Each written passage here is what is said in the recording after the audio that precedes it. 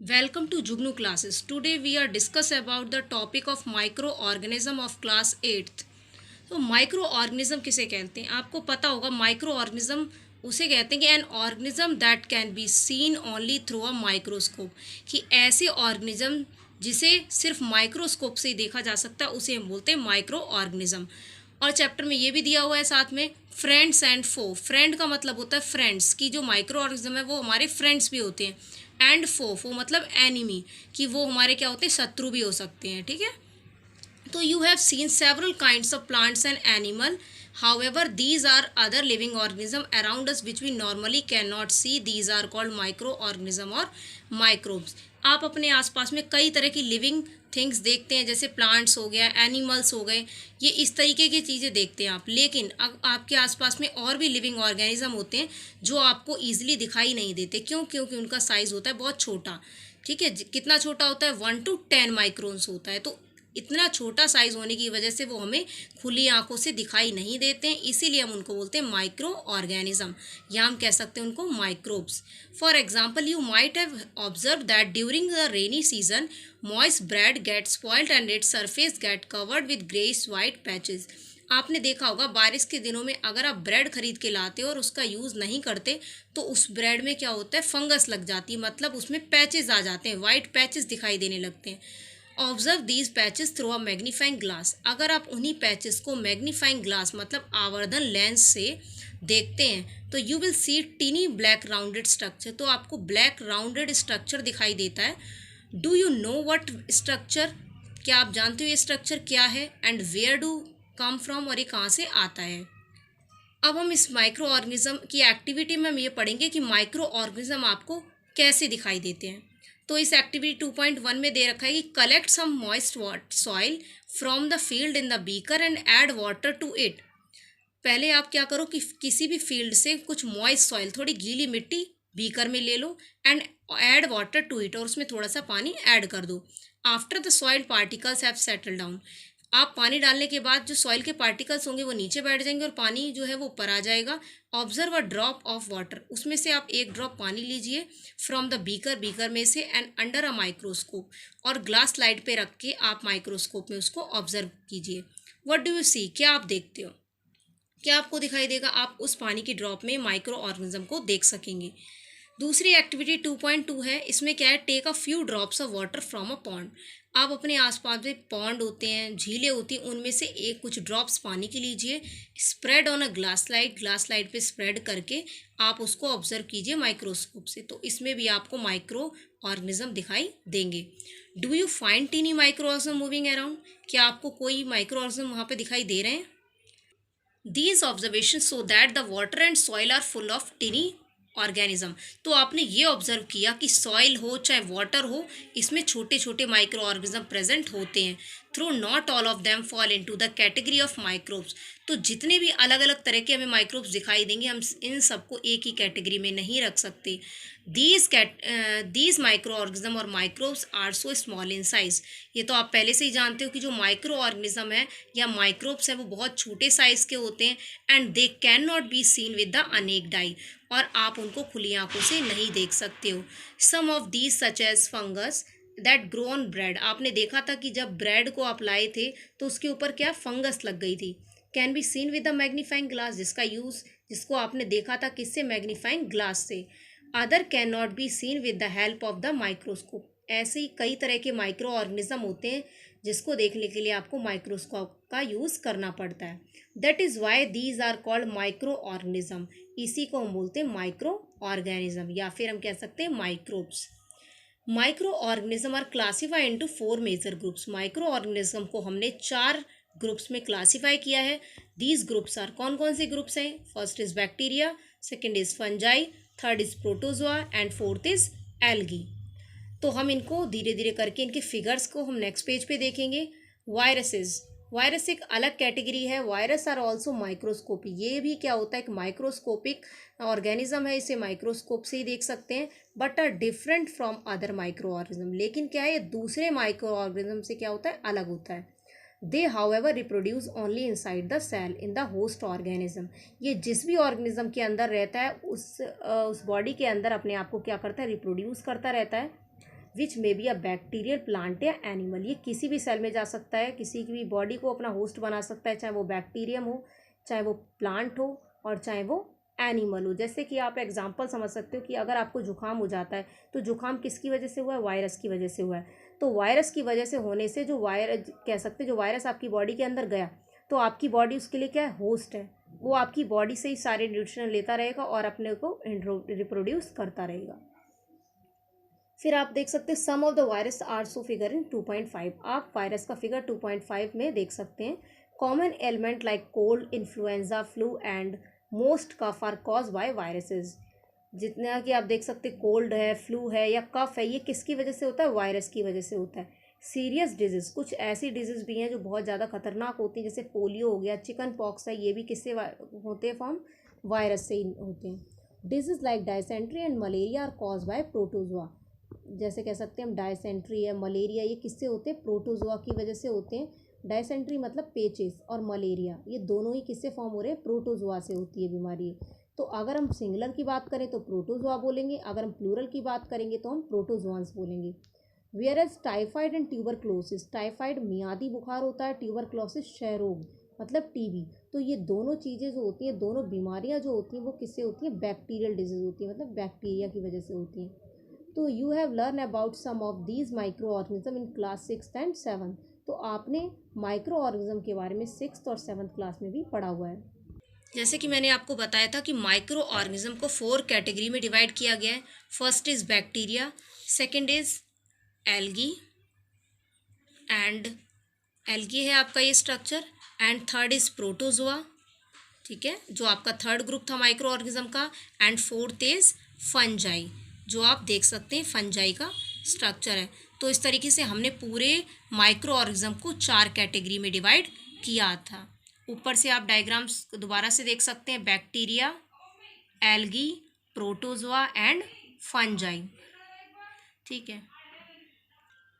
जैसे कि आप इस बैक्टीरिया में देख सकते हो, बैक्टीरिया जो होते हैं वो आपके क्या होते हैं? यूनिसेलुलर होते हैं, मतलब इनकी जो बॉडी होती है वो सिंगल सेल की बनी होती है। तो आप देख सकते हो ये हैं, ठीक है। और कुछ बैक्टीरियाज ऐसे होते हैं जो मल्टी सेल, जैसे बैक्टीरिया तो आपके सिंगल ही सेल होंगे लेकिन ग्रुप में होते हैं। इनकी जो संख्या होती है वो बहुत जल्दी इंक्रीज होती है, 1 से 2, 2 से 4, 4 से 8, और इनका जो साइज़ होता है वो होता है सिलेंड्रिकल शेप। फिर आप आ जाइए एल्गी पे। तो एल्गी जो है, एल्गी आप देख सकते हो 2 तरह के स्ट्रक्चर यहाँ पे दिखाए हुए हैं। फर्स्ट इज़ यूनिसेलुलर, मतलब ये होती है सिंगल सेल की बनी हुई, इसका नाम है क्लेमाइडोमोनाज। और दूसरा जो है वो स्पाइरोगायरा, ये भी एक तरह की एल्गी है लेकिन ये होती है मल्टी सेलुलर। फिर आ जाइए प्रोटोजोआ। प्रोटोजोआ क्या कहते हैं कि प्रोटोजोआ जो होता है उसमें आपने अमीबा का नाम तो बहुत अच्छे से सुना होगा। तो जो अमीबा होता है वो सिंगल सेल होता है, यूनिसेलुलर है, और पैरामीशियम भी आपका सिंगल सेल है। जैसे आपने अभी पढ़ा था कि डायसेंट्री और मलेरिया जो होता है वो किसकी वजह से होता है? प्रोटोजोआ की वजह से होता है। फिर आप आइए फंजाई। जो फंजाई है आपने देखा होगा, फंजाई ये जो है वो मल्टी सेल स्ट्रक्चर है इसका, ये सारी क्या है? मल्टी सेल है। तो ये मल्टी सेल है, आपने जैसे देखा था ब्रेड के ऊपर पैचेस आपने देखे थे, वो पैचेस को अगर आपने ऑब्जर्व किया हो मैग्नीफाइंग ग्लास से तो इस तरीके का स्ट्रक्चर दिखाई देगा। जैसे कि ये वायरस का आप स्ट्रक्चर देख रहे हैं, वायरस जो है उसकी बॉडी को 3 पार्ट्स में डिवाइड किया गया। First is head region, second is neck region and third is tail region. तो जो हेड रीजन होता है वो हेक्सागोनल शेप का होता है, इसके 6 कॉर्नर्स होते हैं, और इसका जो कवर होता है ऊपर का वो प्रोटीन का बना होता है, और उस प्रोटीन को हम बोलते हैं कैप्सिड। उसके बाद है इसके अंदर खुद का जेनेटिक मटेरियल होता है जो किसी भी होस्ट बॉडी के अंदर जाके अपने मटेरियल को बढ़ाता रहता है, अपनी संख्या को बढ़ाता है। तो किसकी वजह से? डीएनए और आरएनए की वजह से, जिसको हम बोलते हैं न्यूक्लिक एसिड। अब आप देख सकते हो कि जो where do microorganism live, microorganism कहाँ रहते हैं? तो microorganism may be a single cell like bacteria, some algae and protozoa. आपने देखा होगा कि जो माइक्रो ऑर्गेनिज्म है वो सिंगल सेल के होते हैं, मतलब एक सेल के बने हो सकते हैं। जैसे आपने देखा था बैक्टीरिया, एल्गी और प्रोटोजोआ, और मल्टी सेलुलर। और कुछ माइक्रो ऑर्गेनिज्म क्या होते हैं? मल्टी सेलुलर भी होते हैं, जैसे such as algae and fungi. Algae में मैंने आपको स्पाइरोगायरा का एग्जांपल बताया था मल्टी सेल में, और फंजाई जितनी भी है वो सारी आपकी कैसी होती है, मल्टी सेल होती है। They live in all types of environment, ये हर टाइप के एनवायरनमेंट में अपने आप को रख सकते हैं माइक्रो ऑर्गेनिज्म, जैसे ranging from ice cold climate to hot spring. ये क्या करती हैं, ठंडी जलवायु से लेके गर्म पानी के स्रोतों तक पाए जाते हैं। एंड डेजर्ट टू मर्शी लैंड्स, और रेगिस्तान से लेके दलदली भूमि तक के माइक्रो ऑर्गेनिज्म मिलते हैं। They are also found inside the body of animal including the humans. ये क्या करते हैं, जो माइक्रो ऑर्गेनिज्म होते हैं वो ह्यूमन्स की बॉडी के अंदर भी पाए जाते हैं। Some micro organism grow on other microorganism. तो आपने देखा जो माइक्रो ऑर्गेनिज्म होते हैं कुछ तो अकेले ग्रो करते हैं, मतलब कुछ तो अकेले रहना पसंद करते हैं, और कुछ कॉलोनी फॉर्म करते हैं, मतलब ग्रुप में रहते हैं। तो जो आपने अमीबा देखा था जो प्रोटोजोआ में, तो अमीबा है वो एलोन अकेले रहता है, अकेले। और इस तरीके से अगर आप देखो बैक्टीरिया है या फंजाई है, ये क्या करती, कॉलोनी फॉर्म करती हैं। अब है micro organism and us, micro organism और हम। Micro organism play an important role in our lives. Micro organism हमारे साथ बहुत अच्छा रोल प्ले करते हैं। Some of them are beneficial in many ways, ये कई तरीके से हमारे लिए लाभदायक होते हैं। Where some of other are harmful, लेकिन इनमें से कुछ ऐसे होते हैं जो हार्मफुल होते हैं। एंड कॉज डिजीज, और ये क्या करते हैं, डिजीज कॉज करते हैं। Let us study about in detail, हम इसको डिटेल से पढ़ेंगे। जैसे कि फ्रेंडली माइक्रो ऑर्गेनिज्म, फ्रेंडली का मतलब ये है कि ये माइक्रो ऑर्गेनिज्म हमारे साथ फ्रेंड की तरह एक्ट करेगा।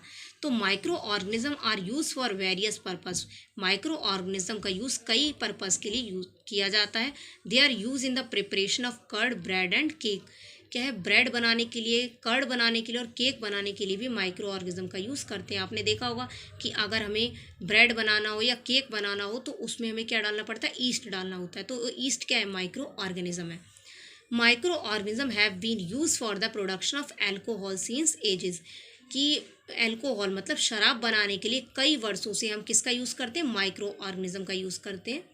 They can also use in cleaning of the environment, environment को क्लीन करने के लिए भी माइक्रो ऑर्गेनिज्म का यूज़ किया जाता है। जैसे आपने देखा होगा कोई भी एनिमल बॉडी अगर वो उसकी डेथ होती है, तो अगर वो उसकी बॉडी किसी एनवायरनमेंट में पड़ी है तो उसमें क्या है, बैक्टीरिया उस पर अटैक कर देते हैं और उसकी बॉडी को जल्दी जल्दी डिस्ट्रॉय करते हैं। तो डिस्ट्रॉय करने से उसमें जो स्मेल है या टॉक्सिक सब्सटेंस है वो एनवायरनमेंट से जल्दी जल्दी ख़त्म हो जाते हैं। तो उसकी बॉडी को जिसने डिस्ट्रॉय किया वो क्या है, बैक्टीरिया, और बैक्टीरिया क्या होते हैं, माइक्रो ऑर्गेनिज्म। तो क्या करा, इस तरीके से हमारे एनवायरनमेंट को क्या कर दिया गया, क्लीन कर दिया गया। किसकी हेल्प से, बैक्टीरिया की हेल्प से। For example the organic waste, vegetable peels, remains of the animal faeces etcetera are broken down into the harmless and useful substance by bacteria. आपने जैसे कि फर्स्ट चैप्टर में पढ़ा था कि हम वेजिटेबल पेल्स या एनिमल वेस्ट, जो मैंने बताया था ऑर्गेनिक जो वेस्ट है, उन सबको हम यूज़ करते हैं और उससे हम क्या बनाते हैं, मैन्योर बनाते हैं। तो इन चीज़ों को ब्रोकन डाउन में हमें तोड़ना होता है। तो ये तोड़ता कौन है, इनको तोड़ने के लिए किसकी हेल्प ली जाती है, बैक्टीरिया की। ये जितनी भी वेजिटेबल पेल्स और एनिमल के वेस्ट होते हैं ये बैक्टीरिया की हेल्प से ब्रेक डाउन हो जाते हैं और उसके बाद कन्वर्ट हो जाते हैं मैन्योर में। Recall that the bacteria also use in the preparation of medicine, जो बैक्टीरियाज हैं इनका यूज़ मेडिसिन बनाने के लिए भी किया जाता है। तो आपने देखा होगा कि microorganism as a manufacture of the vaccines बनाई जाती हैं इनसे, डिजीज़ अगेंस्ट, मतलब डिजीज़ से लड़ने के लिए। जैसे कौन कौन सी डिजीज़, जैसे पोलियो हो गया, BCG हो गया, इन्फ्लुएंजा फ्लू हो गया, इन सब से बचने के लिए कई तरह की मेडिसिन प्रिपेयर की जाती है माइक्रो ऑर्गेनिज्म की हेल्प से।